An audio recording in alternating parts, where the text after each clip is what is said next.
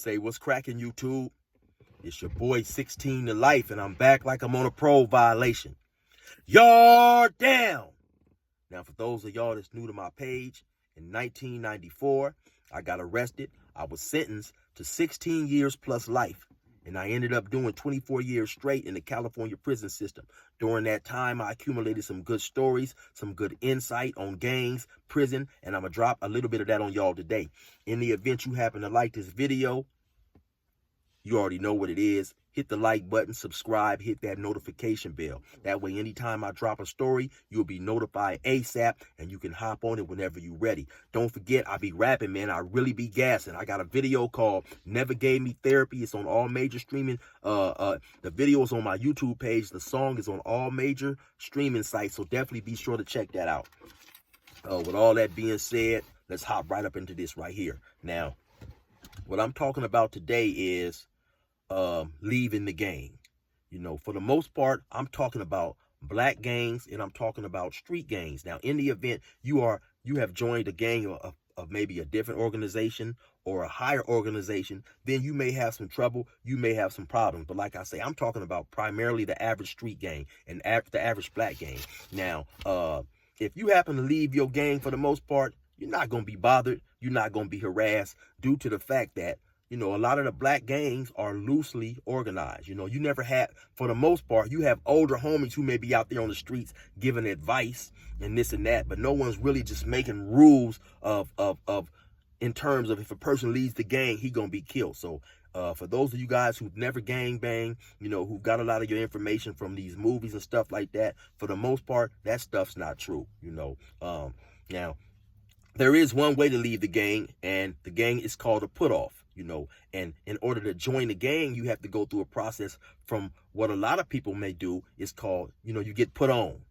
Depending on what hood you from, they have different rules and regulations. But for the most part, you know, you go and you fight a few different dudes at the same time for a certain amount of time, and that brings you into the gang, you know.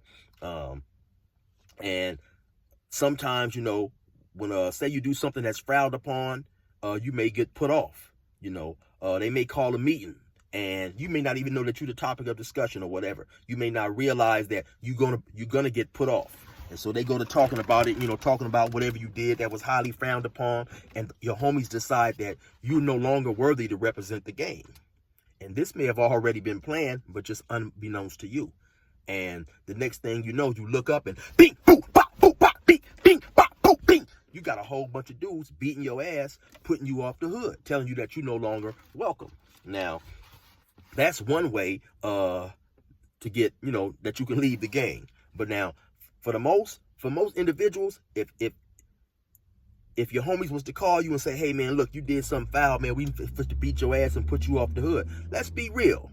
Most dudes is not gonna show up. They not fit to come around. They not fit to get beat up just to leave a gang, you know. Now, another way you can leave the gang is, say for instance, you happen to do something, like I said, that's foul, that's highly frowned upon, you know, and you're no longer welcome. So of course, if you done snitched on somebody or whatever, ran off on somebody, you hear that your homies now, they got your name in their mouths, they talking about you real bad, saying you finna to get it. The average dude, once again, he's not fit to come around for that type of putting off. You know, he's just gonna stop coming around. Because like I was saying, or like I want to say, for the most part, at least in my generation, I was born in the 70s. I started running the streets in the mid to late 80s.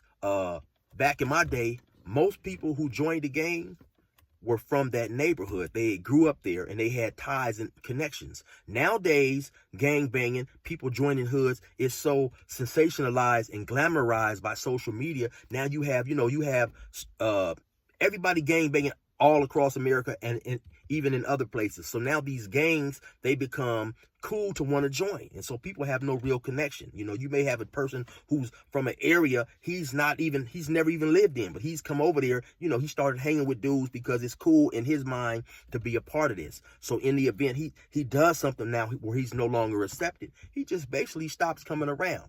And like I say, I'm speaking primarily for the street gang and the black gangs. No, you're not going to be hunted down and you know, dudes looking to kill you unless you just done something that's extremely foul. But if you just make your mind up to where you don't want to be part of the gang, they're not supposed to come looking for you and all that type of stuff. You know, keep in mind also that gang banging is a young man's game. The average person that's gang banging is probably between the age of 14, 20 years old, 21. You know, by the time you're 21, 22, for the most part, when you're gang banging, if you're really out there gang banging, you actively gang banging, you've already earned your rep. And when I say gang banging, I'm talking about riding around, you know, shooting at your enemies, your opposition, you know, your adversaries, spray painting on the wall, marking your hood, that type of stuff. You know, you're not really going to find too many dudes, you know, 30 years old, 40 years old, 50 years old, riding around in a car with a bunch of youngsters looking for other dudes to shoot at. You know, by the time a dude, like I say, reaches 21, 22, he's already established pretty much the rep that he's going to establish. So even though now you may not no longer be gang banging, in the event you happen to grow up in that area and you come around, you're still going to be accepted and respected, you know. But dudes aren't going to expect you to be in the car with youngsters, you know, gang banging. So now, say for instance, you happen to have a religious awakening, and you tell your homies, hey, listen, man, you know what? I done gave my life to God, you know. For the most part, they not just to trip on you about that, you know. And like I say, you know, by the time a person is 22, 23, you're starting to get into things that take a priority, and that's bigger than gangbanging, things that are more important now. So, you know, while you still may be hanging with the homies, you may still be in the hood selling drugs and doing this and that, but you're not, you know, for the most part, you're not gangbanging. You're not actively out there shooting at dudes, hanging out. You know, you may still be carrying a gun, but that's more likely out of habit and due to the area that you live in, knowing that if some people who know you're from that area, they see you, they may still want to shoot at you or whatever, but you're not, like I say, you're not out there gang banging per se, you know. And so it's just like that, man. I didn't see dudes, like I say, who are older. They're still visiting their hood. They're hanging out. They might be barbecuing there in the park, playing dominoes or whatever. And those people and the people in their age group, they're still considered from that neighborhood because that's where they grew up there. They have ties and connections, but they're not actively gang banging. They may tell you, hey, yeah, man, I'm from such and such, because like I say, a lot of these gangs are formed in and around the neighborhood. So yeah, this is where I'm from, but it doesn't necessarily mean you're gang banging. So, you know, like, okay, let's take me. A lot of you guys may know that I've done 24 years straight, you know, and I was a lifer, and I had to go to the parole board in order to gain my freedom. So once they finally did find me suitable for parole, maybe like in a couple of days, you know, I had a lot of paperwork that you know, that I kept, and that a lot of convicts keep, you know, pertaining to all the times I'd got in trouble, all the times I went to the hole, how the problems was adjudicated or whatever. You know, we keep that to show people where we've been, and to show people that you know, we're quote unquote upstanding convicts. But once I was found suitable, I threw all that shit away. You know, I kept a few documents, you know, but for the most part, I threw all that shit away, because at the end of the day, what does it matter? You know, I had no plans on coming out here doing YouTube, and I got out, I was around 47, you know, so what am I looking like toting all this information to the street, you know, to try to prove to somebody that I was an upstanding convict? At the end of the day, that shit means nothing, you know. That shit really means nothing. And it's sad when you have individuals who want to get out and still try to push that type of mindset. Like I say, gang banging is a young person's game. You know, that's for kids, you know. So what the hell I'm supposed to look like at 40 or 50 years old, coming home talking about, hey, yeah, man, this dude told on me. That dude told on me. I'm not supposed to be riding around trying to get this dude. And that's just keeping it real. I don't have another 24 years or 30 years to give the California state, the prisons. So, you know, at some point in time, man, we gotta mature, and we gotta let that type of shit go. You know, now let's come up with, I'm gonna just give you guys a scenario, a situation now. let's come up with a character by the name of SNY Tony. Now, SNY stands for Sensitive Needs Yard, and that's basically like a protective custody type of environment or yard they will send a person to when he tells the prison administration, listen, due to whatever I've done, I can no longer do my time in general population and be housed with the regular inmates. So now I need protection, and they send this dude. They send you to an SNY. So let's say like SNY Tony. He got sentenced to 15 years. And for the first 12 years, he was a upstanding convict. He done his time, and he programmed with the regular convicts. But then he gets into a situation. He tells on somebody. He's no longer accepted, and he has to go in SNY. So he does his last 3 years on an SNY yard. Then he paroles and goes home. Do you think that to the people that really love Tony the most, his mom, his grandmom, his kids, you think they're going to say, oh, no, Tony, you ain't welcome over here. It's Thanksgiving, but you don't bring your ass up in here. You went to the SNY yard, or it's Christmas time. We don't want you around. Don't call.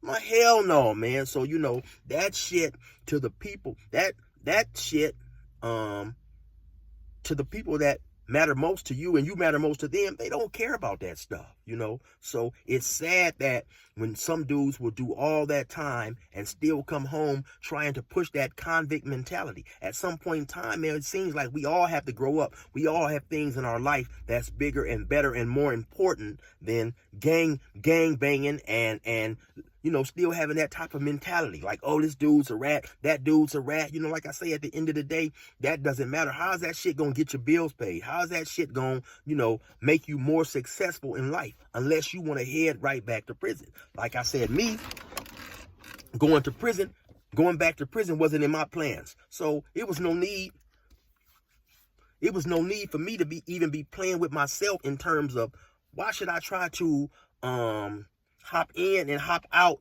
of an environment that I know is not helpful in keeping me free. If you're playing in that type of lifestyle, it always can come back to haunt you. You know what I'm saying? And so, like I say, I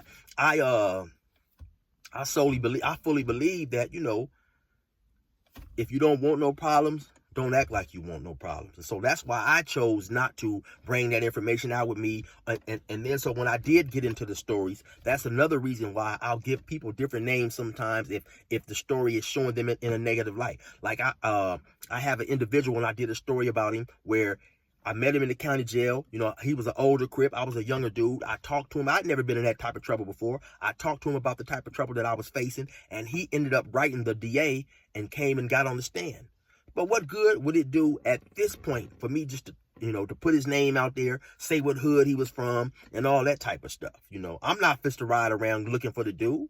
You know what I'm saying? Because like I said, I don't have another 24 years to go back to prison, and so I'm home, I'm free, you know what I'm saying? And so, life goes on. That's not my focus. That's not my main focus or my partial focus trying to harm those who I felt didn't live up to the gangster code, because by now I'm old enough and mature enough to realize that everybody's not going to live up to my expectations in terms of what they should and what they shouldn't do with being a gangster. Like I say, man, I pointed this out in a few other those videos. I don't know if any of you guys ever watch any of these YouTube shows, and they're good shows. One of them is called, I think, Hood War Politics. Another one is called War in Cali. And they talk about these different gangs getting into it with each other. And, they're reading off the history of the gangs and what happened when they went to court. And you'll never hear one of those stories without numerous people telling. People are going to tell in this gang life, and that's just the bottom line, So is that what you want? You want to get caught up in that type of situation and having somebody tell on you? So that's not what I want. So like I say, man, for the most part, when a person gets older or whatever, when he leaves his gang, they don't come looking for you. You just tell them, hey, man, listen, I'm done. Some dudes don't even show up, and once you reach a certain age, to be honest, that's not even expected from you anymore. Because like I said, gang banging, that's a young man's game. So, for the most part, if a person wants to leave his gang and you haven't done nothing foul, you haven't told on somebody or something like that, yeah, you can always return back to your neighborhood. Now in the event you've done something like that, then you might want to be extremely careful. But for the most part, like I say, if you felt that you have grown, you've matured, and gangbanging is no longer something that you want to be a part of, your homies is not supposed to do nothing to you, man, for the most part. You know what I'm saying? So yeah, if you want to leave the gang, you can leave the gang. So anyway, you already know what it is, man. It's your boy 16 to life. Resume normal program.